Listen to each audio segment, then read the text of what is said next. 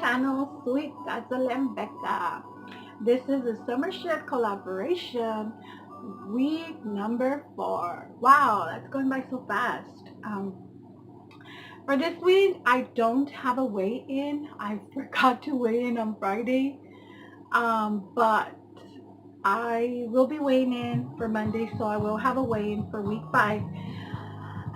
I have been kind of on a roller coaster yo-yo kind of thing for this past week. If you follow me on Instagram, you know that I've had hip pain, and so that's caused me to be a little bit hesitant as far as going to work out. But I was still out there. I was still out there with hip pain. I still tried my best. I still had a good workout, but it kind of brings me a little down. But I'm learning to not let it overcome or not let it be an obstacle for me. And I think that's what we all should be doing, really, when those negative feelings come in. As far as eating, I've been trying to stay on track, eat healthy. I started using an app that I came across through a girl that I follow on Instagram. And I gotta tell you that I love this app. Like, it has everything. It's like your go-to everything kind of app. I will be sharing that on week 5. And so what I noticed with this app, it was an eye-opener for me. I was having a lot of carbs. And so I was sharing this information with my cousin, and I'm like, I'm having a lot of carbs, and I need to, start doing something to lower my carbs and stuff. And then she's all like, yeah, you're having a lot of carbs, but you're also working out a lot, so you're pretty much burning the carbs.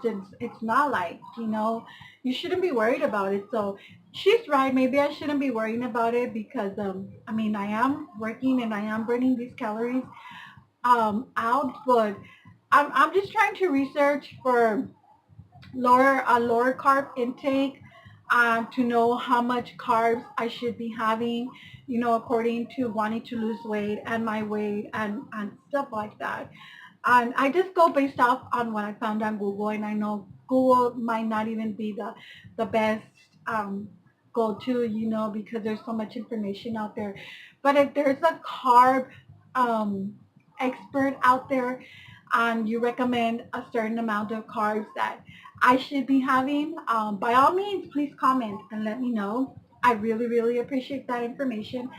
And so, yeah, and I've had this book also, like I mentioned to you before, and I just picked it up again, and it just has so much information. A lot of the doubts that I had, a lot of the questions that I have, I'm actually finding the answers here, and this is just a great treasure to have.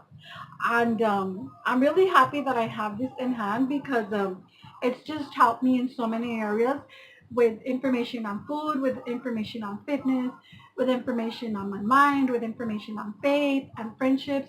It covers everything. Everything that our life rotates on, it covers it, and that's supposed to make us a better individual, a better person. And again, it's the Daniel plan. It's not the Daniel fast. There's a difference between the Daniel fast and the Daniel plan.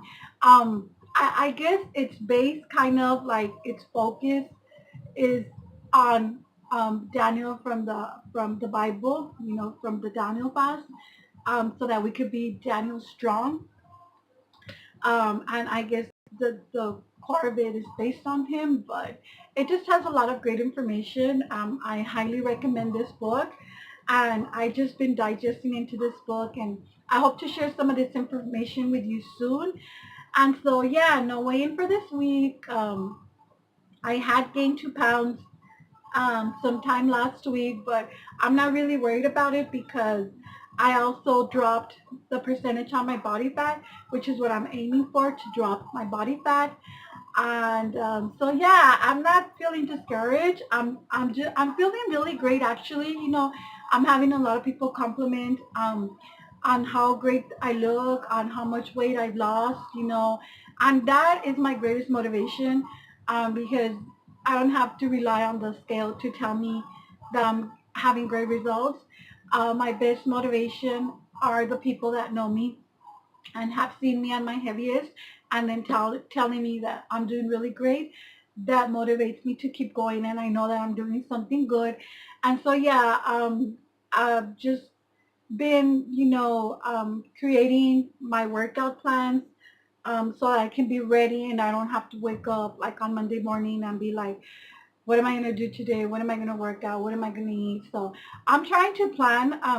I was reading something in this book that it says, planning your fitness, planning your fitness plan, or having a fitness plan, it's like planning a vacation trip.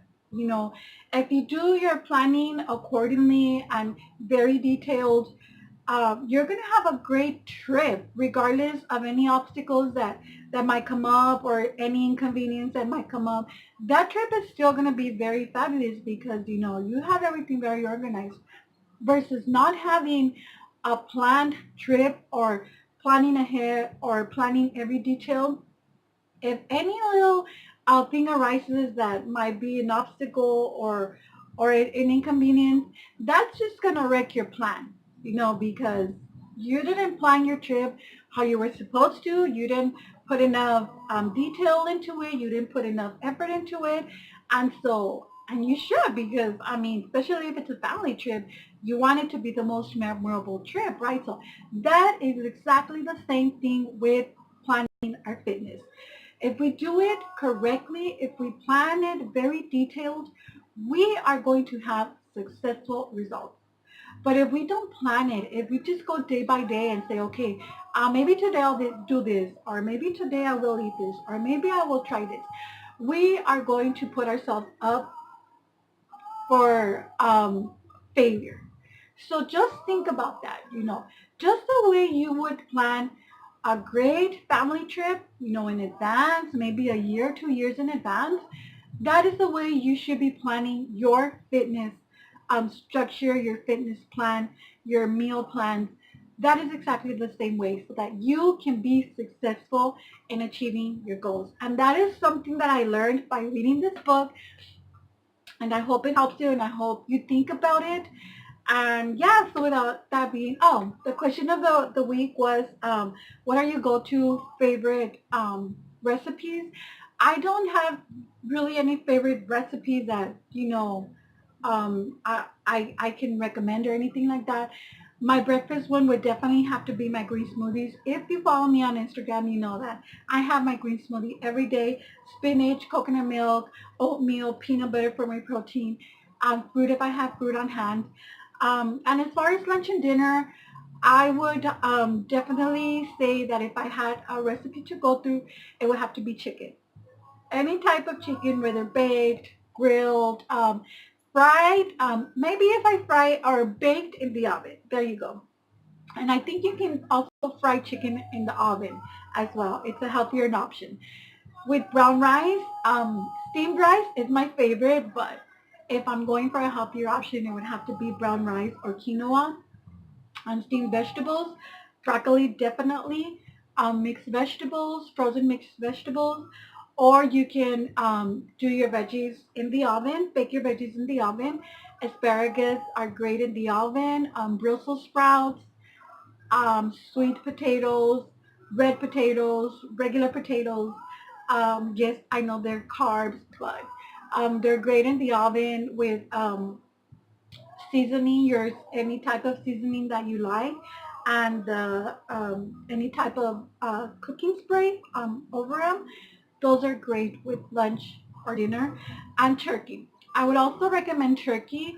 I usually just go for turkey and chicken. I try to stay away from red meat, and I try to stay away from pork meat. Fish, I definitely don't do fish. I don't do fish. We'll have shrimp. And so yeah, pretty much that sums up for this week. And I will talk to you on week 5. Take care, be safe, and keep reaching for your goals. Much love from your girl, Sweet Dazzling Becka.